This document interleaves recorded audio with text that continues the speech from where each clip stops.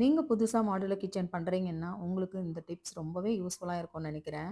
முடிஞ்ச அளவுக்கு counter top கீழ இருக்கிற கேபினெட்ஸ் எல்லாமே ஷெல்ஃபா பண்ணாம ட்ராயரா பண்றது ரொம்ப ரொம்ப நல்லது. எதுக்காக சொல்றேன்னாக்கா, ஷெல்ஃபா பண்ணும்போது நம்ம அதுக்குள்ள இருக்கிற திங்ஸ அக்சஸ் பண்றது ரொம்பவே கஷ்டம். ஒவ்வொரு டைமும் உள்ள டெப்த்ல இருக்கிற திங்ஸ எடுக்கணும்னா, கீழ உட்கார்ந்து தான் நம்மளால எடுக்க வேண்டியிருக்கும். வயசானவங்களால நிச்சயமா இந்த மாதிரி எடுக்கிறது ரொம்பவே கஷ்டங்க.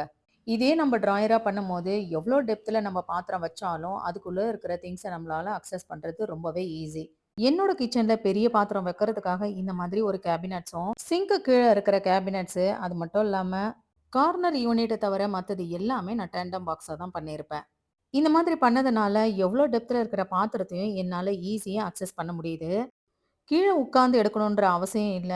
குனிஞ்சு நம்ம ட்ராயர ஓப்பன் பண்ணாலே போதும். ஈஸியா இதுல இருக்கிற திங்ஸ் எல்லாமே நம்ம எடுத்துக்கலாம். இந்த டிப்ஸ எனக்கு மாடுலர் கிச்சன் பண்ணும்போதே எங்க கார்பெண்டர் தாங்க எனக்கு இந்த ஐடியா குடுத்தாங்க. இந்த மாதிரி பண்ணா சின்ன சின்ன பாத்திரம் தான் வைக்க முடியும். பெரிய பெரிய பாத்திரம்லாம் நாங்க எங்க வைக்கிறது அப்படின்னு நீங்க கேட்டீங்கன்னா, பெரிய பாத்திரம் வைக்கிறதுக்காகவே டபுள் டோர் டால் யூனிட் பண்ணிக்கலாம். அந்த டால் யூனிட்ல பாத்திரத்துக்கு ஏத்தா மாரி ஷெல்ஃபும் அட்ஜஸ்ட் பண்ணி நம்ம வச்சுக்கலாம். எனக்கு தெரிஞ்ச ஒரு சின்ன டிப்ஸ தான் உங்ககிட்ட நான் ஷேர் பண்ணியிருக்கேன். இந்த வீடியோ பிடிச்சிருந்தா ஒரு லைக் பண்ணுங்க. Thank you.